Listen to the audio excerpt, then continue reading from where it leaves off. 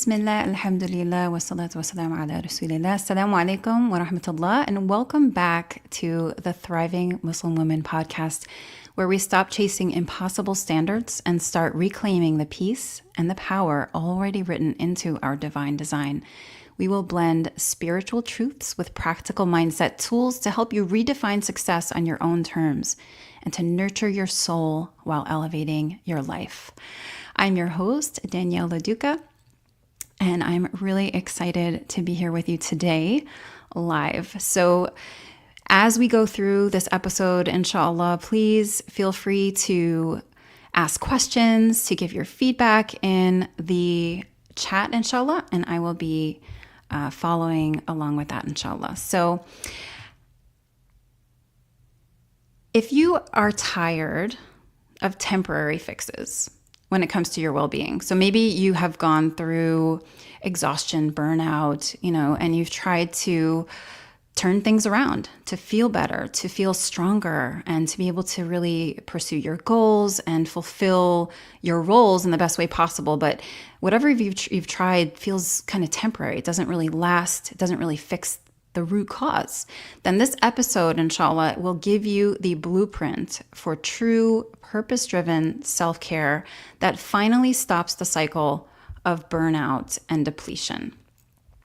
So if you're listening in right now, what are some of the biggest maybe roadblocks or challenges that you feel are kind of holding you back? Or what are some of the emotions maybe that you're feeling right now? Like if you feel overwhelmed, that's a word that I have heard so much over the last few months from women that I work with, is that they're feeling this sense of overwhelm. If you can identify with that, you can comment in the chat.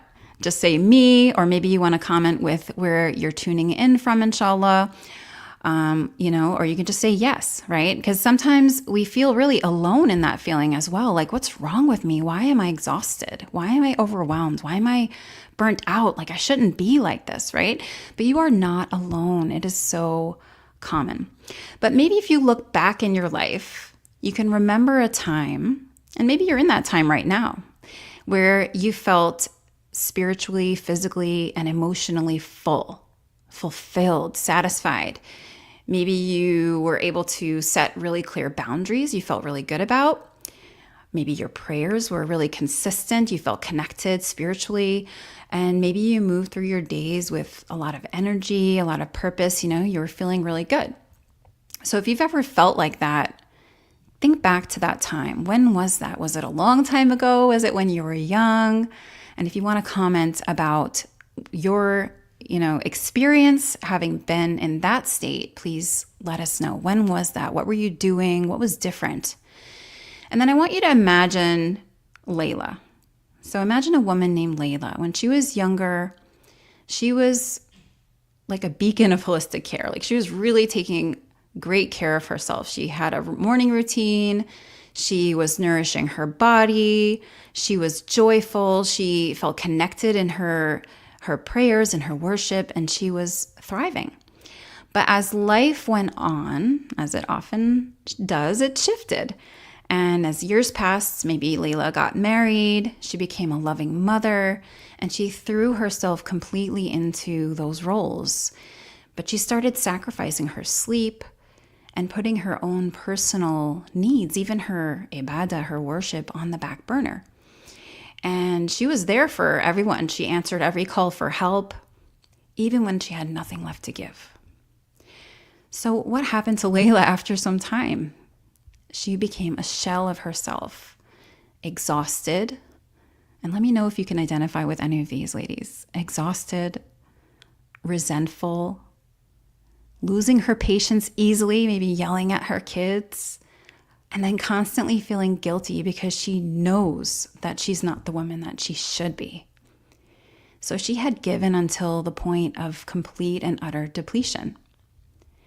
And here's the most heartbreaking truth. Many of us have been just like Layla. I know I was. I'm describing myself here, right? It's not Layla, it's Danielle. I've been there. And maybe you have too. And unfortunately, society can kind of accepts and even celebrates this idea of self-sacrifice as the mark of a good woman, a good wife, a good mother. And so what do we do when we're in that state, when we finally realize that we're in the state of burnout? For me, when I got to that point, I remember, when I was younger, I was somebody who I loved nature, and I was always really like fascinated and curious by the world and everything around me. I love people, I love reading, I really felt experiences. And then I remember standing on a beautiful balcony overlooking water, a gorgeous sunset, and I knew it was beautiful. And I was looking at it and I was trying to feel the same feeling that I used to feel when I was younger, seeing something so awe-inspiring. But I felt numb, and I was just trying to force myself, and it wasn't working. And that was really a critical moment for me, where I realized something's wrong, something's broken. So if you have been able to get to that point of self-awareness, like I know, something's not right, then that's a really great place to be, right? That's where repair happens. And that's where we start to overcome and fix that overwhelm, that burnout, and that exhaustion. But where do we often go at that point? Like, what do we do, right? We often rush to the self-care industry. Maybe we book massages, we get pedicures, we buy things, and they feel good, right? And maybe they help us pause. But if you're like me at that point, those things never really seem to fill the deepest, emptiest part of our soul. And why is that? Because the multi-billion-dollar self-care movement, it falls dangerously short. It might help you hack your body, but it fails to care for yourself at the fundamental spiritual level. So today we're going to expose why these mainstream concepts of self-care are just not enough. And we're going to uncover, inshallah, the secret that goes beyond things like manicures and retreats. It's a secret that's going to help you refill your cup, protect your energy, and make an even bigger, better impact, inshallah, on the people that you love, the things that you care about in the world, inshallah. So let's talk about the accepted lie of self-sacrifice. So this state of depletion, when we were talking about our imaginary Layla, who many of us can identify with, that state of depletion, right? Burnout, emptiness, and maybe that feeling of being a bit lost. Honestly, one of the hardest parts of that depletion isn't just that exhaustion, but it's that it's often celebrated, right? And this kind of glorification of being a martyr as a woman. And I experienced that kind of being pulled back and forth, because I remember, during those years when my kids were really small, people saying, wow, how do you do it? You're doing so much. You're just kind of like floating around with all these kids and doing all this stuff. And it's so amazing. People are apt to kind of compliment you and say, wow, look at this superwoman, right? And in many cultures, there's this deep, including our own, and in our own society, there's a deep, subtle glorification of women who are martyrs, who are sacrificing so much or just doing so much. Everyone gets really impressed by that. So I don't want to make it seem, though, as if the outside world is responsible for my burnout or your burnout, right?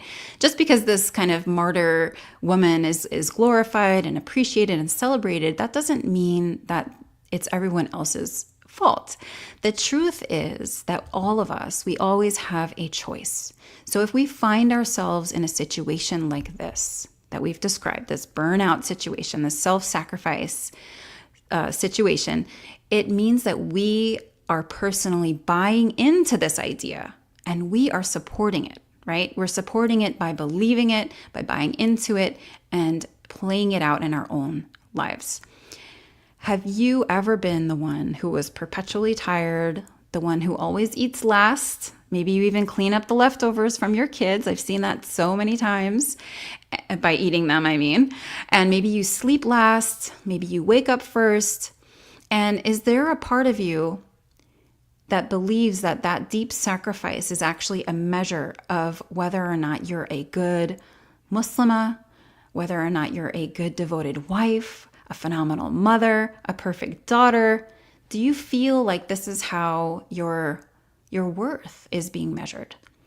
So we've been conditioned to believe, or we've chosen to believe, that self-sacrifice is synonymous with love, that when we love people, we're going to basically give our all to the point of depletion. And that sacrifice is tied with love. And there are many ways that sacrifice can be positive and it can be healthy. But as women, we're often unnecessarily harming ourselves by doing this. And we're doing ourselves and our loved ones a disservice.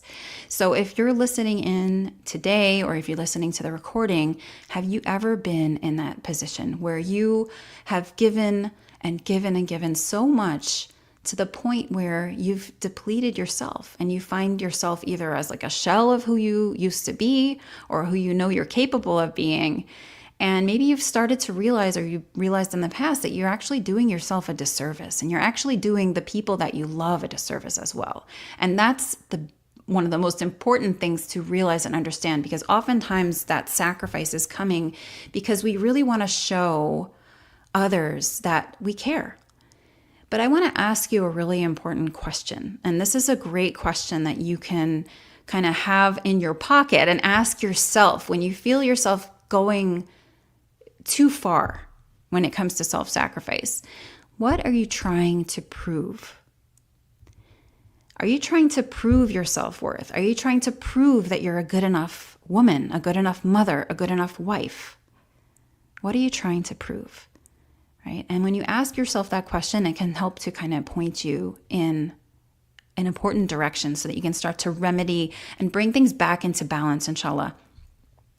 So what do you actually believe? This is where we want to check in with our own beliefs. These are really where the issues begin. If you tuned into any of the previous episodes, especially the first one, we talked about how important our beliefs and our thoughts are in determining the results that we have in our life. So let's check in on this concept of self-sacrifice, self-care. What are your beliefs? Do you believe that the ideal mother can have her own hobbies? Can a really exemplary, honorable, wonderful, amazing woman, can she have her own quiet time, her own consistent prayer routine? Is that guarded? Is that something protected?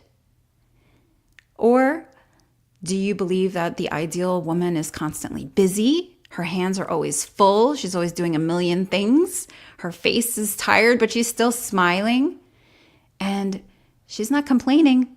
She's silently bearing the burden. Is that something you feel that you have to be embodying in order to be worthy, right? In order to be good? And is your internal script saying that your roles as a spouse, as a parent, demand that you put everyone else's needs, and sometimes even their wants, ahead of your own fundamental well-being? Like things like your sleep, your prayers, your health, and your emotional bandwidth. So if you set a boundary, do you feel guilty? Do you feel selfish?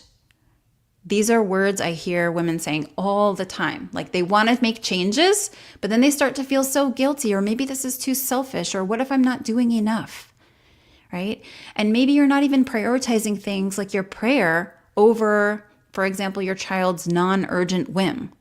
You know, maybe you put things off that you know are important just because someone else wants something. Now imagine taking a full day of rest. Have you ever taken a full day to rest? If you did you have that feeling of guilt? Did you feel selfish? Did you feel like you're neglecting your duties?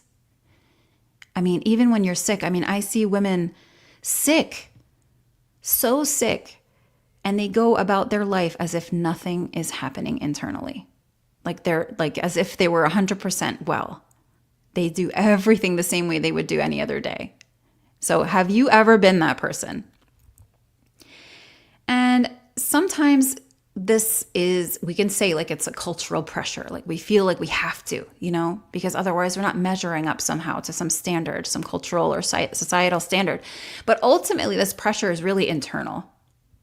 And this pressure is turning what we want to be love, we want to be a form of love, instead it's becoming a form of self-extinction. And thank you for your comments. I know you guys have been there, and I'm not alone in this, and you're not alone either. It's just too common, subhanAllah. So psychological studies actually show that self-sacrifice that's rooted in avoidance, which is guilt, it can lead to increased negative emotions. So it's interesting to put it that way, right? When you're sacrificing, sometimes you're trying to prove something. Like, look, I'm a good mom, I'm a good wife, I'm good enough.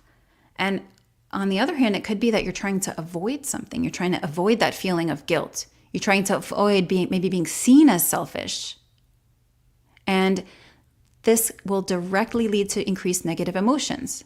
So if you're feeling resentment and burnout, how is that actually achieving the goal that you set out to do in the first place, right? To express love, to show, what you're capable of. Or research is confirming that self-sacrifice is like a double-edged sword. So you're sacrificing your own needs without feeling appreciated, or when the sacrifice is rooted in a desire to avoid conflict or avoid things like guilt, rather than to genuinely please, it leads to decreased fulfillment, resentment, and it can really actually begin to damage relationships. So think about your life.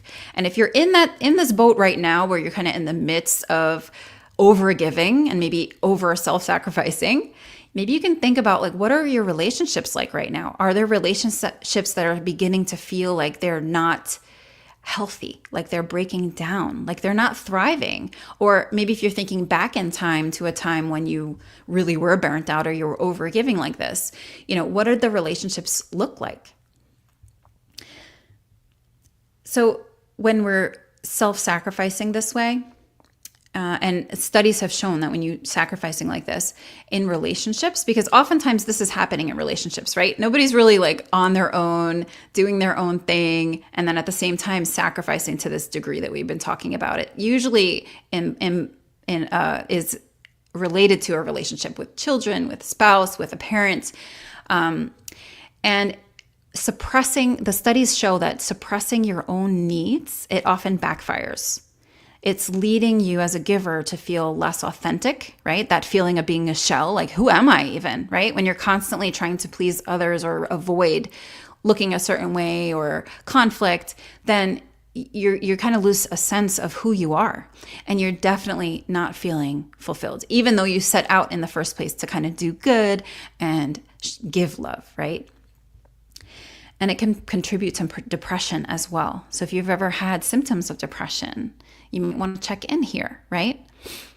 And Islam actually establishes that ourselves have a right over us as believers. So Islam demands balance. So what we've been talking about is kind of a side of a spectrum, right? Where we've given to the point of exhaustion and depletion. And Islam demands balance. The Prophet Muhammad sallallahu alaihi wasallam told a man who was excessively praying and fasting that your body has a right upon you. Your eyes have a right upon you. Your spouse has a right upon you. So imagine if even with worship, like, you could overdo it in worship. We have to even remember in that context that even our bodies have rights and our family members have rights over us. Then imagine when we're only just sacrificing ourselves and depleting ourselves for other people's wants or other people's needs or other people, to avoid conflict with other people. It's even worse, right? So what is the typical response? There's a spectrum of self-care that we're going to talk about now. So, this widespread depletion, it exists very commonly amongst women across the world. It hasn't gone unnoticed, right? People have brought solutions for this. And in fact, it created a massive, huge multi-billion-dollar industry, right? The self-care industry. And so they're kind of selling us and providing us the antidote for this martyr syndrome. And it is on a wide spectrum. So I'm going to give you different levels here, and let's see if you've ever tried any of these, and maybe you can start to think about what were the results of that. So level 1 are external fixes, okay? And this is really kind of like putting a Band-Aid on. It doesn't really solve the root cause. It's like a surface level solution. So it's the expensive and maybe delicious coffee, like the one in the picture we have here. Looks so good. It could be an impulse shopping trip, a new pair of shoes, clothing, manicures, lash extensions, and we use these things as quick fixes because they do feel good. It's a sensory distraction and a moment where maybe someone else is caring for us, right? Like if you go get a massage, or you go to the salon, someone else is actually taking care of you for a moment. If subhanAllah, like I remember as a mom, when my children were born, being in the hospital, feeling like just because someone would bring me a meal in the hospital and come and check in on me, that felt amazing. It felt like a vacation. Even though I'm recovering from childbirth, it felt like an incredible vacation. And that's because, the idea of having someone else care for you for a few moments can feel really good. That pampering idea, but these are temporary. And it might give us a little buzz, but it'll fade as quickly as, the effects of that massage or the caffeine from that coffee fade. So that's level 1. And maybe you can think of some other ideas and share them here. What are some other kind of surface level quick fixes that maybe you've implemented or if you thought about implementing to overcome these feelings of overwhelm, burnout, depletion, exhaustion? And level 2 are a little bit deeper, and this is like a necessary slowdown. So taking a physical and or mental pause.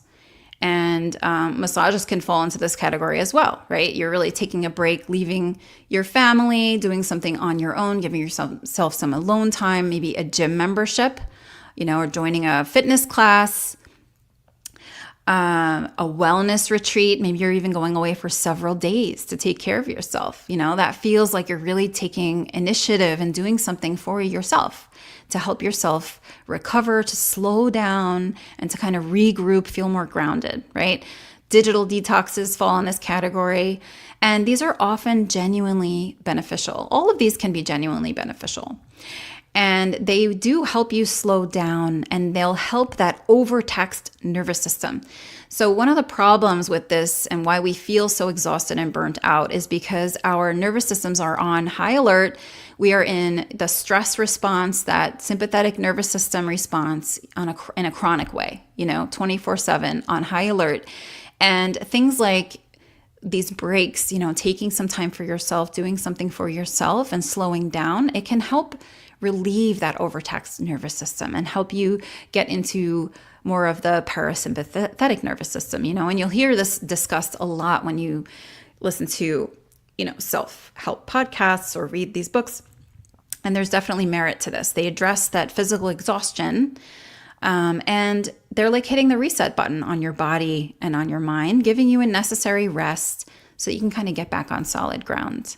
And I see you guys commenting and checking in saying, that you can identify with some of these.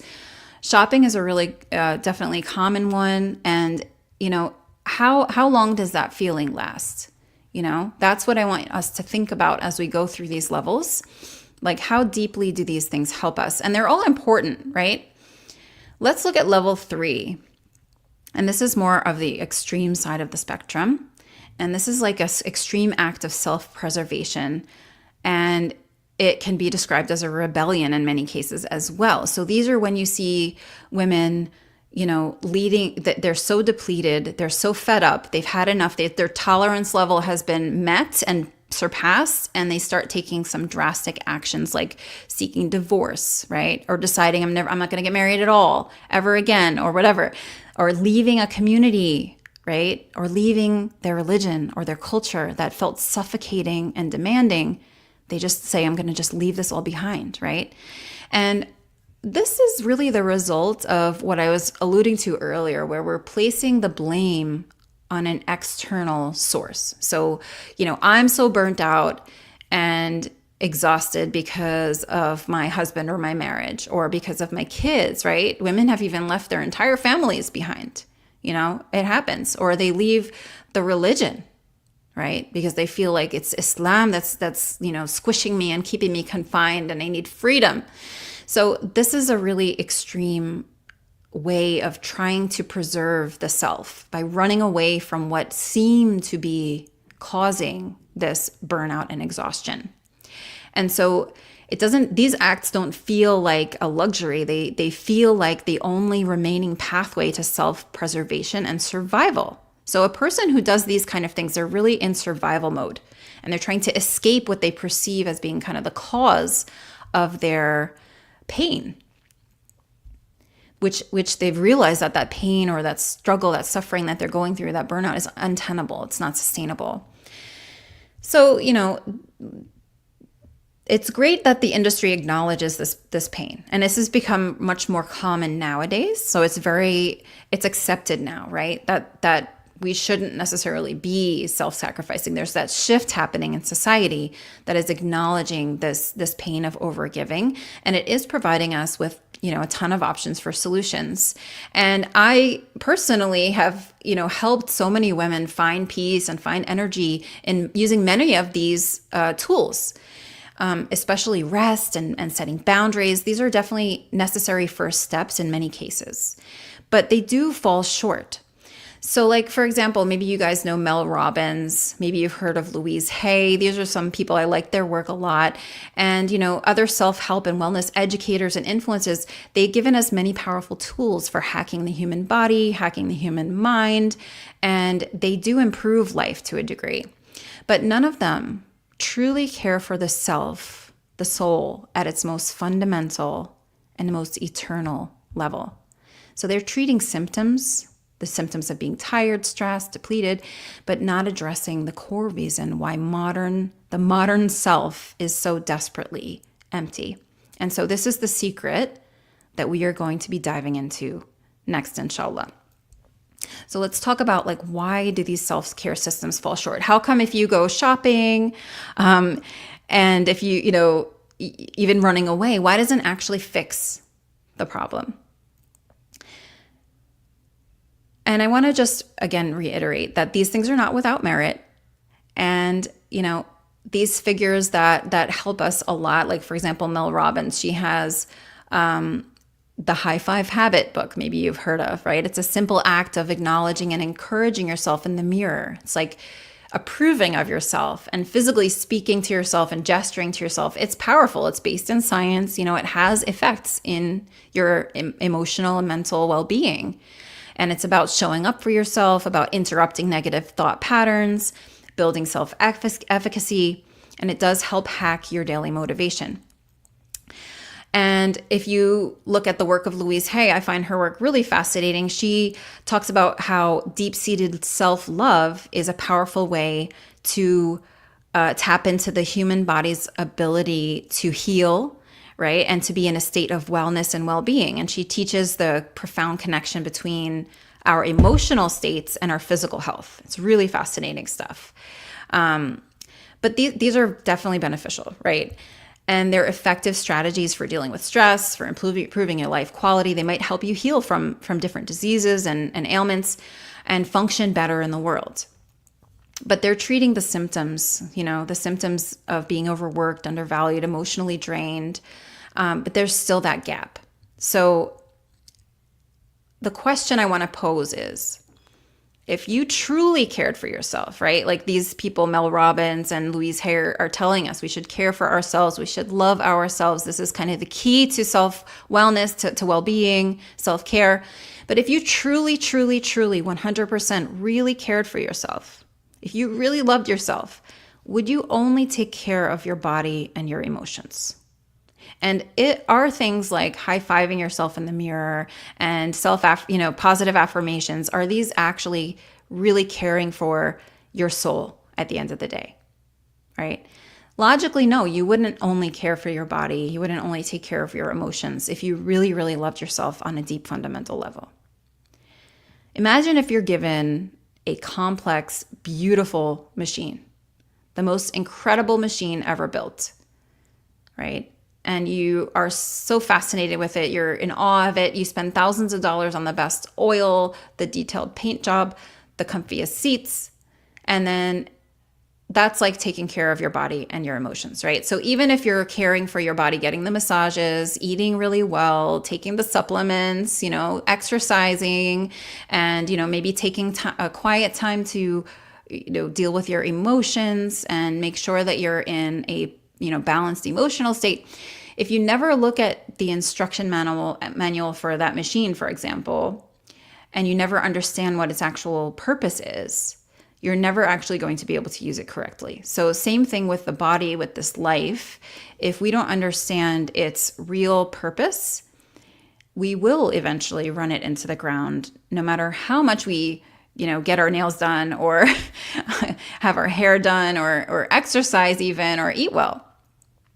And so the self-care system that we're often encountering in the world, it's giving us like this surface polish, but not giving us that instruction manual. And as a result, it's failing to care for ourselves, the self, at its most fundamental level, because it doesn't answer a fundamental question, which is, why do I exist? So you might hack your body, you might improve your mood on a daily basis, you might have amazing boundaries, but if you're disconnected from your ultimate purpose, the reason that you are on this planet, you don't know why you're here, where you came from, where you're going, that emptiness and that core depletion will always return. And you can see this with people who constantly have to be stimulated and distracted. You see people always needing to have some sort of form of entertainment. They got to pick up their phone if they're having to wait for more than 5 seconds. They need to have music playing all the time, right? Constantly distracting them from that real core emptiness. And so if you're listening, I understand that not everyone listening may be Muslim. And so maybe, or even if you are Muslim, maybe you're not convinced fully of the purpose of life, what your purpose of life is. And that's okay, because there is a primary act of self-care I want to share with you that is for everyone. And I'm going to call this the call to true self-care. So I want to call everybody listening to go beyond these surface level fixes, these temporary fixes. And I want to call you to true self-care. And the primary non-negotiable act of true self-care needs to be seeking knowledge. So alhamdulillah, you found this channel, FCAD Institute. It stands for the Foundation for Knowledge and Development. Knowledge is a primary key component of development. And I want to argue that it is a primary seeking knowledge is an act of self-care, true self-care. It has to start here, actually, because what is your origin and what is your destiny? If you don't have the answer to this question, every solution that you implement is only going to touch the surface. Because until you know who you are, why you're here, what your real job is, all the bubble baths in the world are just temporary distraction from the magnificent life that is running without direction. This incredible life you've been given. For the believer, this will take us to an entirely different dimension of self-care that transforms the act from self-love to something far greater. And that's what we're going to explore next, inshallah. So we've established that the ultimate act of self-care must answer the question, why do I exist? So for anyone who's just beginning that journey, maybe skeptical or searching, that's the primary act of self-care, sincerely seeking knowledge. Like, you've been put here on this earth. So how do you know that taking care of your body, exercising, eating right, going for massages, right, having a good time, how do you know that that's enough, right? Most likely, if you pause and stop long enough, you're going to feel what I'm describing as that core emptiness, like there's something missing, right? So why am I here? Why do I exist? That's the starting point for every person who actually wants to take care of themselves.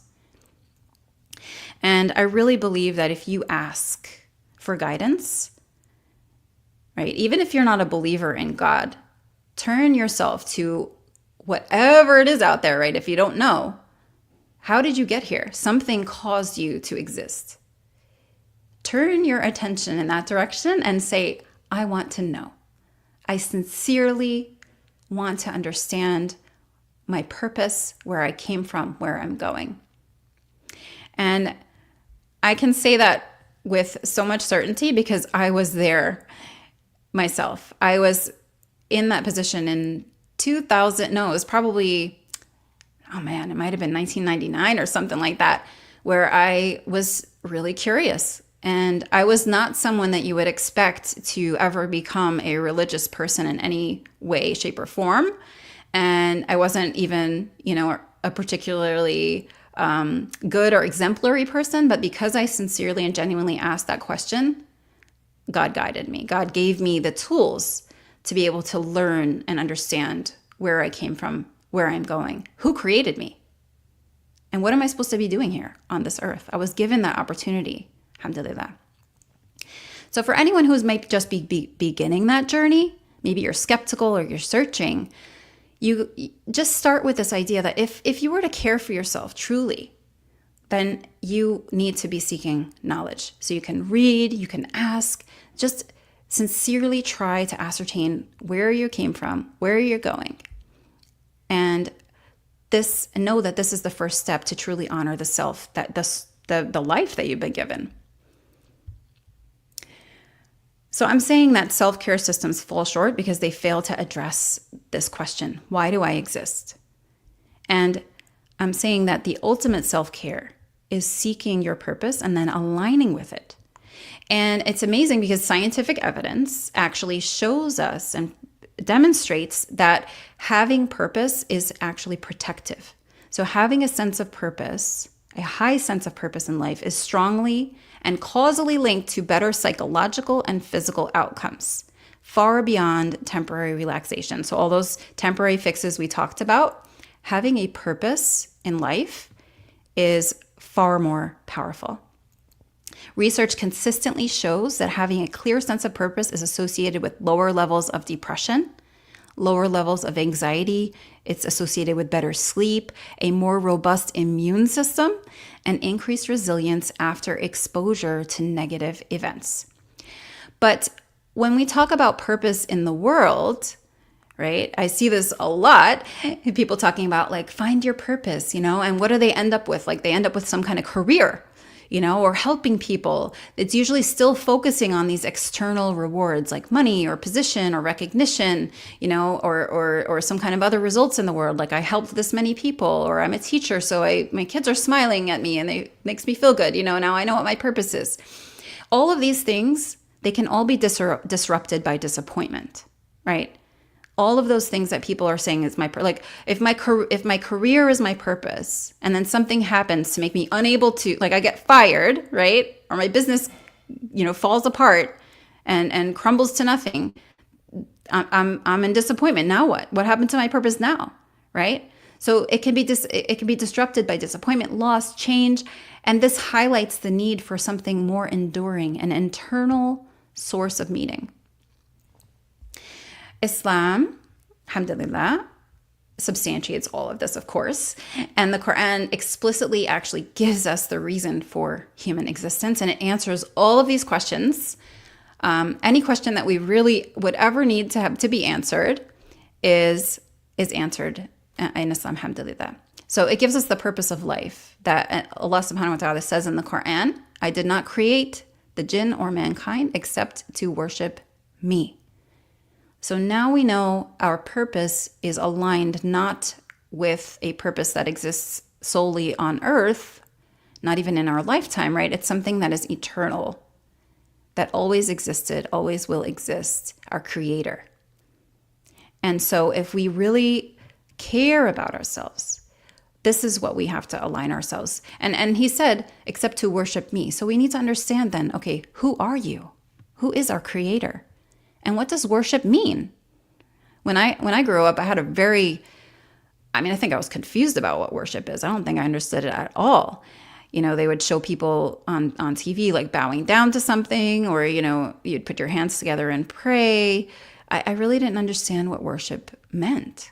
And so this can sound really hollow, like people who argue about, whether Islam is the truth and stuff like that. They're going to try to cast doubts on this concept of worship, and they'll be confused about it oftentimes. But worship is actually really, really simple in Islam, alhamdulillah, like most things. And it is really aligning yourself with your creator, knowing and understanding from him, like he's given you guidance, okay? So he hasn't left you alone. That's a piece of knowing who he is, right? He's so merciful, and he is the guide.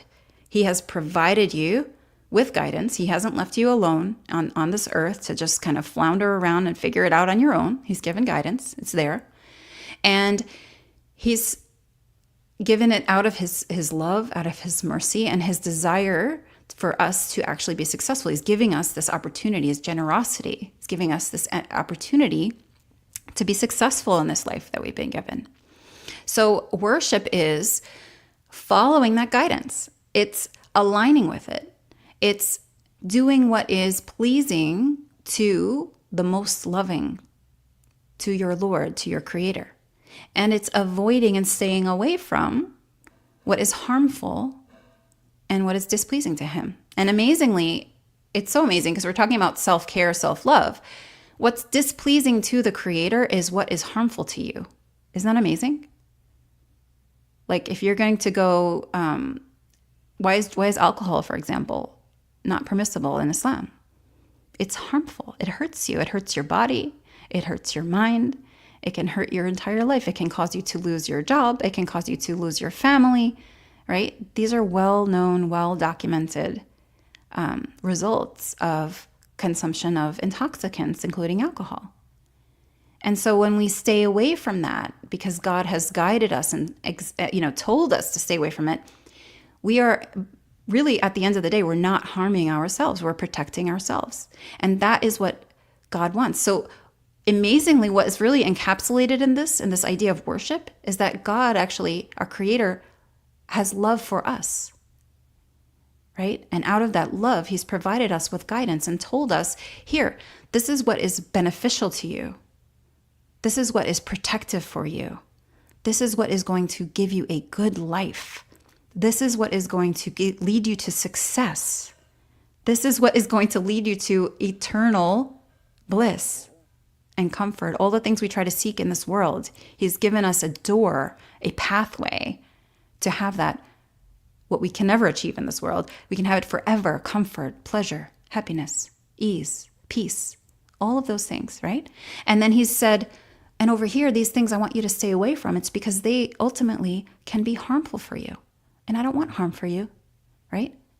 And it's crazy because what do we often do in the world? We're like, oh, well, I really want to do that thing that's going to harm me.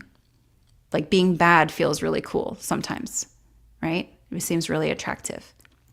But that's why I love framing it in the sense of loving ourselves. Like if God loves us and he's given us this guidance, here's what to do and what not to do, right? Because I don't want harm for you. I want wellness and goodness for you. Then if we love ourselves, we're also going to abide by that. So if we want to care for ourselves, if we want to do right by ourselves and by the lives that we've been given, this is where it really comes into play, is understanding what worship is. So if worship is basically following God's guidance, Allah's guidance, the Quran, the life of the Prophet Muhammad, peace be upon him, then that is the best way to take care of yourself. And this is so powerful because imagine that having a purpose has all of those beneficial results that we talked about before. Now, this is a transcendent purpose. This is beyond having a purpose that can end when your business falls down, or nothing can damage this purpose, right? Regardless of what circumstances you are in, this purpose remains the same. So if you are a believer, if you're Muslim, and you understand who created you, why he created you, and you know what you're supposed to be doing, then that self-care, it's transformed from an act of survival, right? When we talked about that story of Layla, that we've often been in those shoes, many of us have been in those shoes, it's like an act of survival, right? Just trying to keep your head above water. I remember that feeling of feeling like I'm just hanging on by a thread or I'm drowning, right? But we can change that from caring for ourselves being just an act of survival to an act of purposeful alignment. So loving yourself, caring for yourself, defined very differently for a believer. And it's about aligning your every action, your every intention, and your boundaries with your ultimate purpose. So now you also have this kind of litmus test. Everything you're going to do, whatever action you're going to take, you get to check in. Does it align with my purpose, right? And I'm probably going to repeat this a lot because this is really so foundational, and it's so basic and it's so simple. But it's so simple that I feel like we don't do it, right? It's like we just forget to do it sometimes because it's just so obvious and so simple. Every time you have and need to take an action and do something, whether that's setting a boundary or doing something for yourself or someone else, you can just check, does it align with that true self-love of following God's guidance and aligning yourself towards true success. And then we're moving beyond loving ourselves to a love much, much greater, because what is this really rooted in? We talked about how the guidance shows that God loves us, but when we do this type of self-care, it's actually demonstrating that we love our Lord. We love our Creator. And so it's a way on the daily, on the regular, to show and demonstrate that we love the one who put us here on earth, right? When you love for your Creator, you care what you've been entrusted with by Him. So caring for your body, right? And I use this a lot of an example, I teach some fitness classes, and I try to remind the women there every time they come that, you're here caring for this trust that you've been given. This body is a trust. And this way, exercising, eating well, resting, it's not just about feeling better. It's about loving El Khaliq, the Creator. And it's about thanking Him for the trust of that vessel, that body that you've been given, knowing that it has a right over you. So when you're setting boundaries, this is so tough for some people. Do you guys ever have trouble setting boundaries? Like you have guilt, maybe you set a boundary, but then you let everybody trample over it. If you've had trouble with this, right? If you have trouble saying no to excessive demands, like people asking for help and you're yes, yes, yes, yes, yes, across the board, I could do it all, but then you're regretting it at the end. What if setting boundaries isn't just about protecting your own time or protecting your own well-being, but it's about trusting that Al-Wakil, the trustee, Allah, He will handle the affairs that you can't. So in other words, a boundary can be like, look, this is where I know I'm limited. I can do up to here, but not beyond. That's my limit. And then you're trusting that Allah will handle the rest, what's beyond that. And knowing that your energy is sacred and you have to preserve it for His service. So things like, taking a nap, it often feels like laziness. I'm very guilty when it comes to this, being somebody who's like, I can't take a nap, It feels really hard to take a nap, and it feels like I'm being neglectful. But taking a nap isn't laziness. It's embracing the mercy of Ar-Rahman, the most merciful Allah, knowing that He hasn't asked you to break yourself and He's sanctioned rest as a form of spiritual and physical rejuvenation. So self-care is an investment, can be an investment when you transform your intention behind what you do into an investment in your eternal self, your soul. So I want to talk a little bit about the opposite of this, right? It's all good to talk about self-care, self-love, but we need to also identify what the opposite of this is so we can look out for it as well. Because there's such a thing as spiritual and physical self-harm. And so to understand the depth of self-love and self-care, we want to look at the opposite. So there are people in the world, they harm themselves. There are people who cut themselves and harm themselves in various ways, right? I mean, even to the point where like something that seems innocuous, like I know I shouldn't have that pie or that ice cream, right? Because I know it's hurtful to me, or even that extra coffee. I know it makes me not feel well, or it impacts my health in a way, but I'm going to do it anyway, right? That's even that is a form of self-harm. But people who harm themselves, they often feel a sense of shame. And they often have this underlying, maybe subconscious belief that they deserve punishment. And they might feel unworthy. So they might feel unworthy of resting, for example. They might feel unworthy of receiving goodness. Like, have you ever struggled receiving gifts or kindness from other people? That's why we're checking in here, because it might sound like, oh, I don't harm myself, but these are not uncommon, ladies, right? Have you ever found it difficult to accept someone else's help or a gift? Oh, no, you shouldn't have, right? Or taking that nap, like everyone else can take a nap. I'm going to put a blanket on you if I see you sleeping, but I'm not going to sleep because I can't. How could I? I'm not worthy of that rest, right? And at the bottom of this, like, there's some kind of weird belief that you deserve punishment. And so we really want to check in here. This is really important because these kinds of actions are a physical manifestation of a deep internal pain and sometimes self-rejection. But there's something that's even worse than the shame that results in these kinds of self-harm. And that is the ultimate act of self-neglect. And that is rejecting our Creator and His guidance.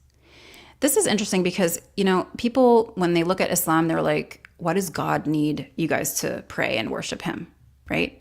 But we know Allah is the needless. He's not in need of anything or anyone, right? He doesn't need our prayers. He doesn't need our worship in any way. So when we're rejecting Him, we're not harming Him in the least, are we? Right? But who are we actually harming? And this is repeated in the Quran, that when people reject God, when they do wrong, they're harming themselves.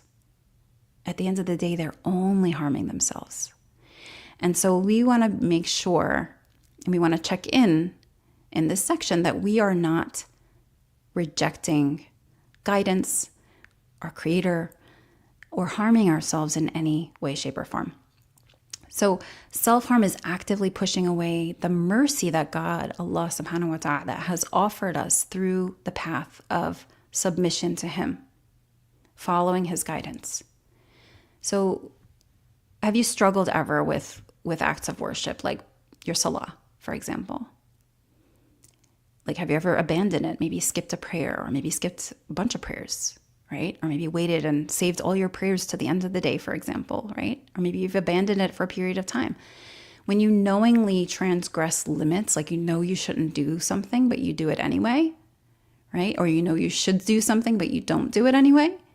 When you choose a fleeting desire over the eternal reward that you'll get from doing good or staying away from harmful things, then you're hurting your own self, the deepest part of yourself. And you're rejecting that instruction manual that will bring you peace and purpose. And like we said before, like, it's impervious, it's untouchable by circumstances in the world, right? This is something that is so enduring and withstanding. It withstands anything that happens in the world. And you can have that peace, and you can continue to have that purpose that we talked about, giving you that sense of well-being regardless of what's going on in the world around you, in your life. And so we want to avoid this ultimate self-harm, which, if it's not made up for, it can lead to the ultimate punishment, which Allah subhanahu wa ta'ala warns us about in the Quran again and again and again. And we seek refuge in Him from His punishment. So hopefully this would snap us out of our feeling of like self-pity and into a sense of self-accountability. So while I don't want you overgiving, self-sacrificing, depleting yourself, we do have capacity. So we should be holding ourselves accountable and feeling responsible. Our well-being on every level, from the well-being of our souls to the well-being of our bodies, is really in our hands. Okay, so we don't want to be lazy here. The body that we've been given, the soul that we've been given, they're trusts, and we don't want to neglect their true purpose. That would be the greatest form of spiritual treason against our own selves. So that original lie that we started talking about, the lie of self-sacrifice, we saw that women often sacrifice themselves out of guilt or for validation. It leads to things like depletion, resentment, burnout. But when you truly love your Lord, the effort really shifts. It changes.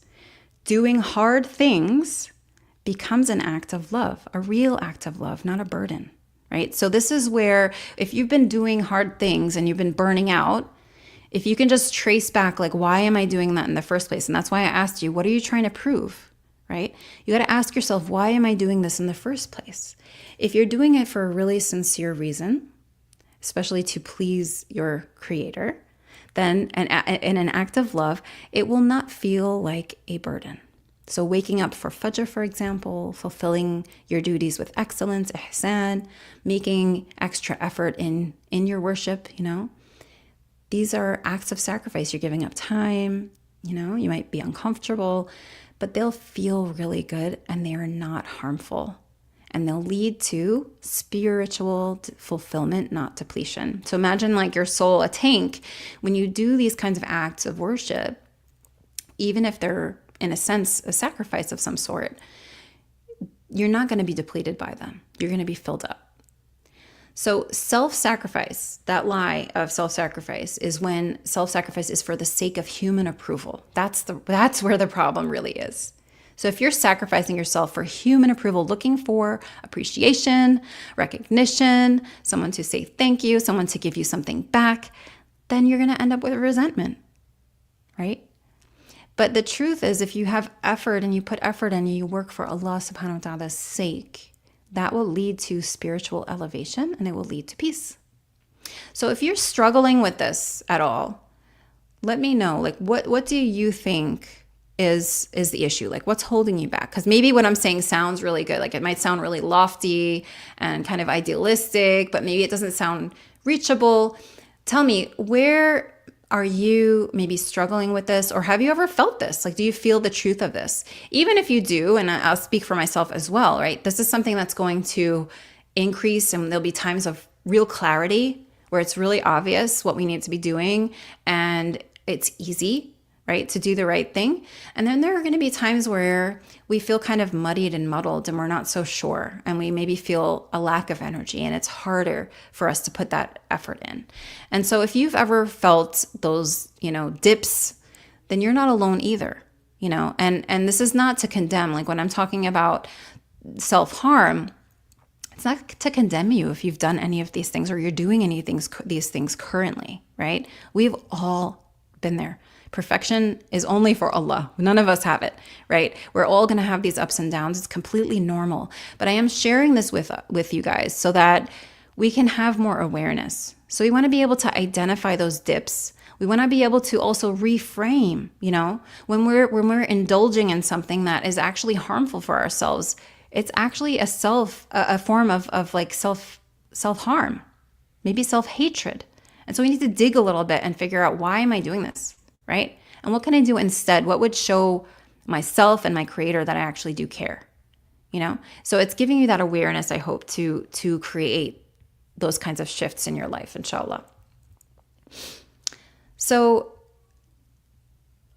we established that true self-care is not about surface level fixes. It's about purpose-driven alignment and seeking knowledge. And it moves past simply loving yourself to loving your creator who gave you yourself, your soul, your body, everything about you, right? And if we have to choose one practice, so I'm going to give you something really practical. I don't know if what we went through so far sounds a bit complicated, but if it did, no problem, because there's a very simple practice that encapsulates all of this. And it's something that you can do daily, and it can connect you with the love for your creator, and it can ensure that you actually honor the life that you've been given. And it's gratitude.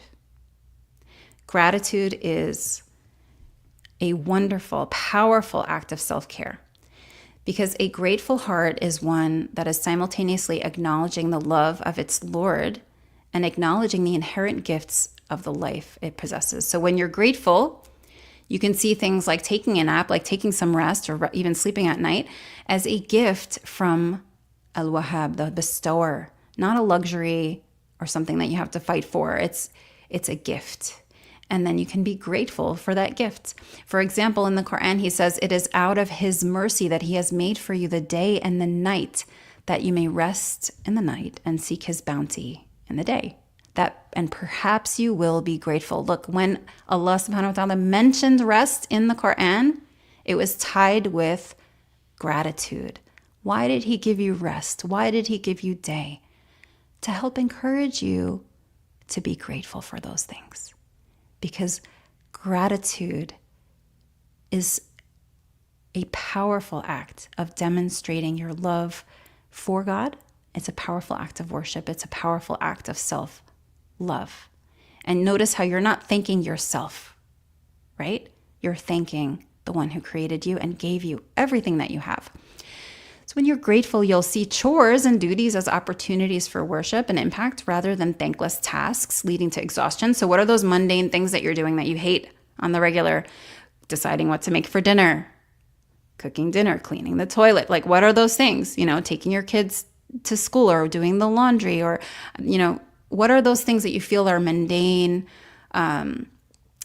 tasks?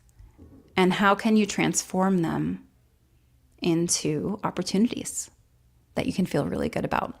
When you're grateful, like, you can be grateful for those things. Like, I'm grateful that I have food to cook.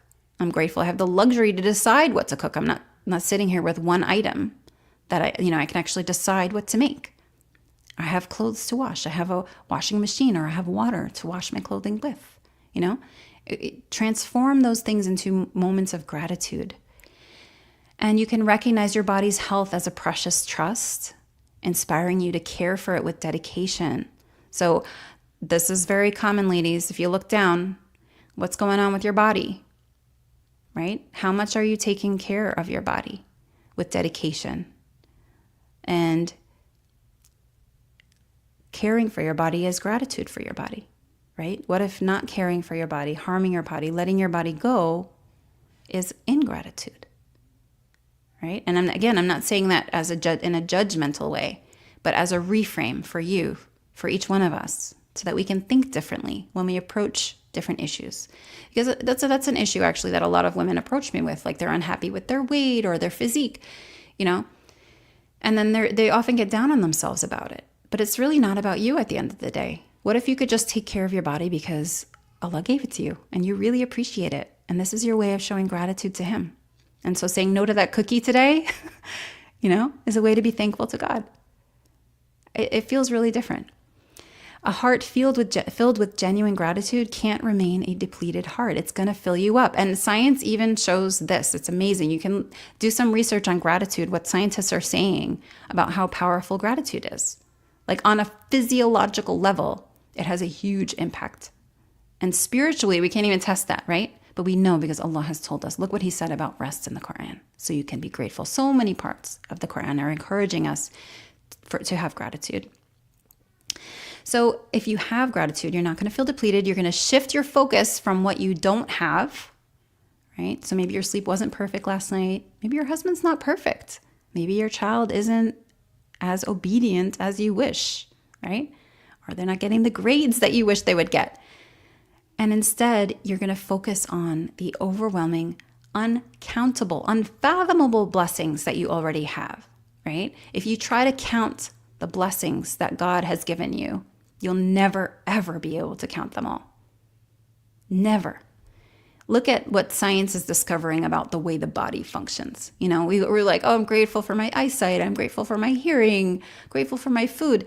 Do you know that, like, on a microscopic level, we don't even have any clue what is happening behind the scenes in our body 24/7 for us, right? So we'll never be able to count the blessings that we already have.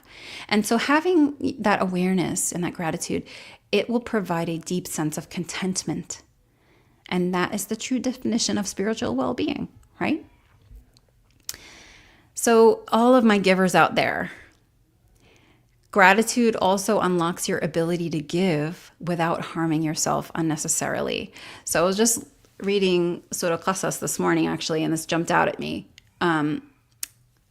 Allah says, seek the reward of the hereafter by means of what Allah has granted you, without forgetting your share of this world. So he's talking about having balance in terms of like appreciating and utilizing the blessings that he's given us. And it doesn't mean complete self-sacrifice, right? Without forgetting your share in this world. It doesn't mean that we have to give away everything we've given and that we have to live a really harsh and difficult life of disparity, right? And then he says, and be good to others as Allah has been good to you. Be good, do good, as Allah has been good to you. So this jumped out at me because what Allah is saying here is that when you do good to others, you can do that remembering Allah's blessings and favor upon you, right? And that is like inspiration and fuel. So talk about like a tank.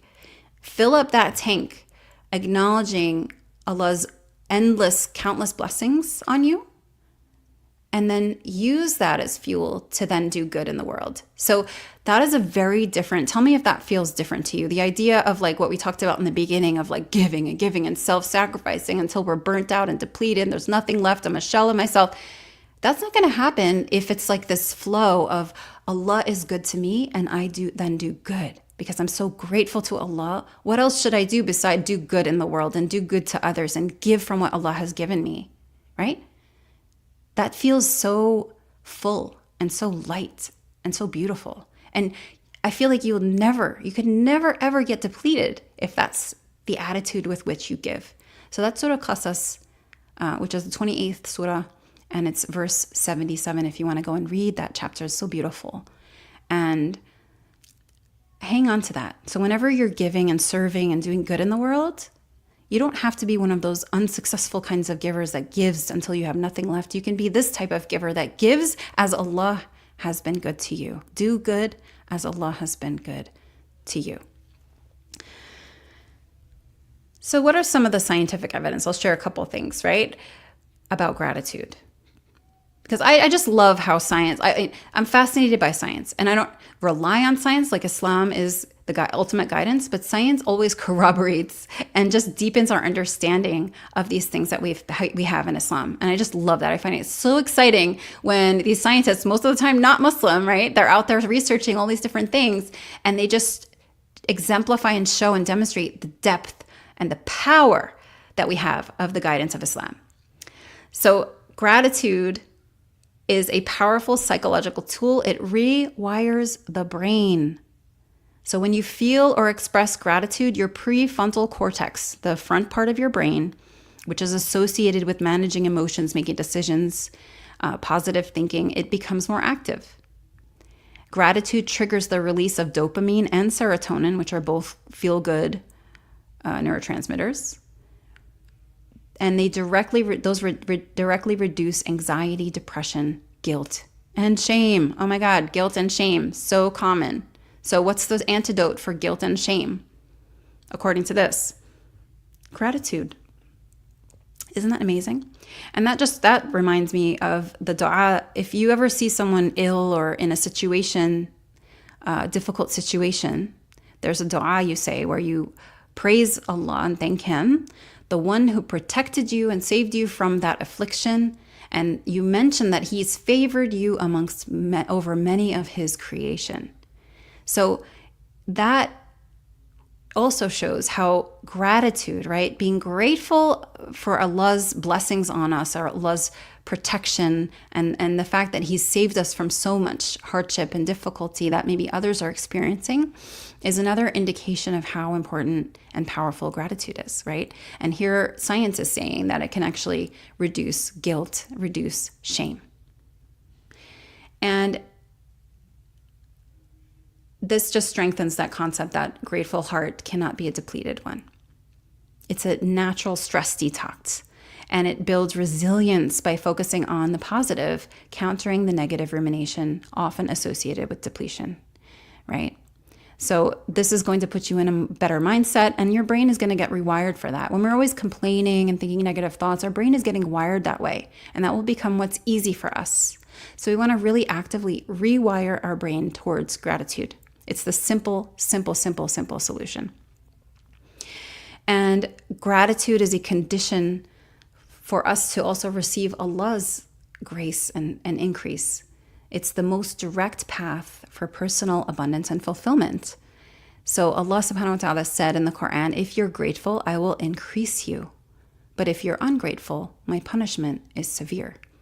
So again, if we love ourselves, if we love Allah subhanahu wa ta'ala, we are going to be grateful. And then we're going to see the benefit of that gratitude in this life and inshallah in the next. So this is a process, okay? So I want to make sure that you understand that it's a process. Again, anything I say, I'm never intending for it to be judgmental in any way. And it's always, I hope, a means of helping us shift the way that we think, shifting our mindsets, shifting the way that we see things in the world, the people around us, the things that happen in the world, the things that happen in our lives, what we get, what we don't get. It's just a new way, I hope, or a reminder of a different way of thinking.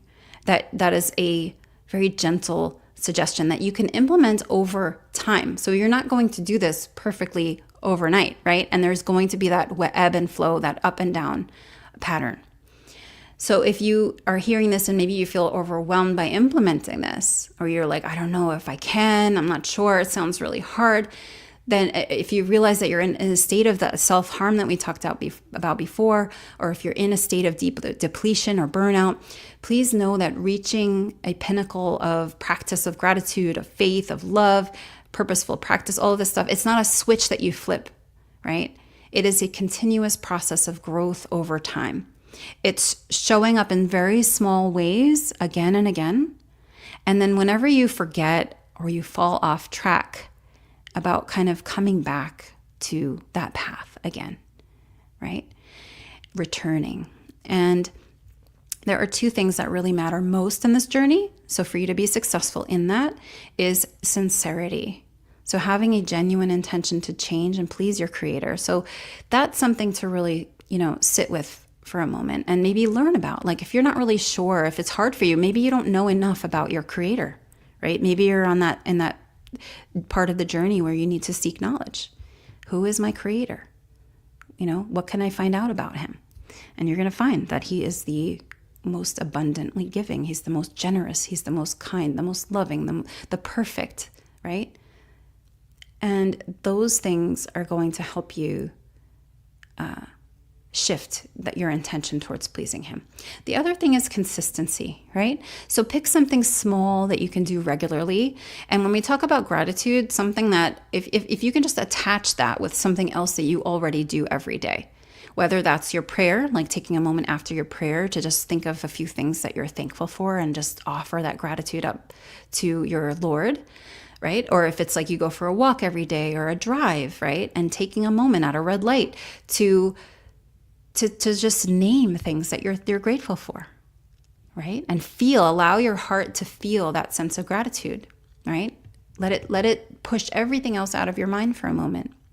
And so if you can build a consistent practice of something as simple as that, right? Even if it's just remembering one thing you're grateful for a day, then that is going to be incredibly powerful over the long run. And again, you forget for a week or 2 weeks or a couple days, whatever it is, you just have to return back to it. No big deal, right? As long as you're alive, you always have a chance to return and to help yourself improve. So even if you've missed something like a prayer, you don't give up for an entire month. You go back at the next one, right? And this is part of like how you're going to be showing up and doing the hard things in a way that is actually not harmful, but beneficial to yourself. And know that caring for yourself is honoring that process.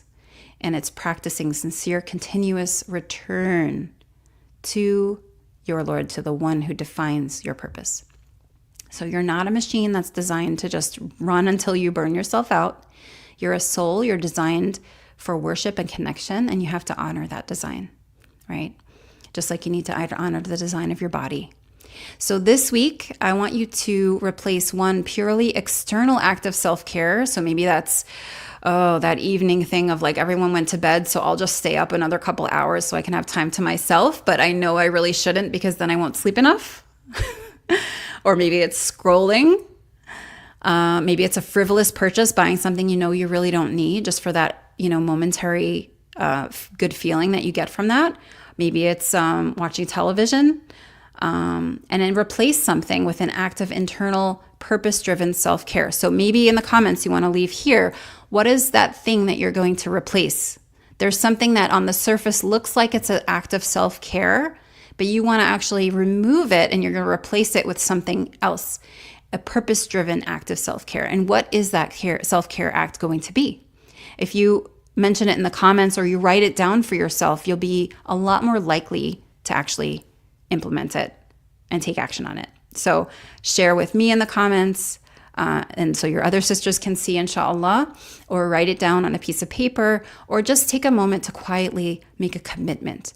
And then if you're going to commit to it, you can actually ask yourself, like on a scale of 1 to 10, how likely, do I feel I'm going to actually take action on this? So if you said like, I'm going to, do my morning adhkar every morning before fajr, before sunrise, that's my act of self-care. I'm going to sit and remember my Lord and my purpose in life, and I'm going to really do that for my own well-being. Like, how likely are you to do it tomorrow? When tomorrow rolls around, Fajr time, are you like a 7? Like, I'll probably do it, but I might forget.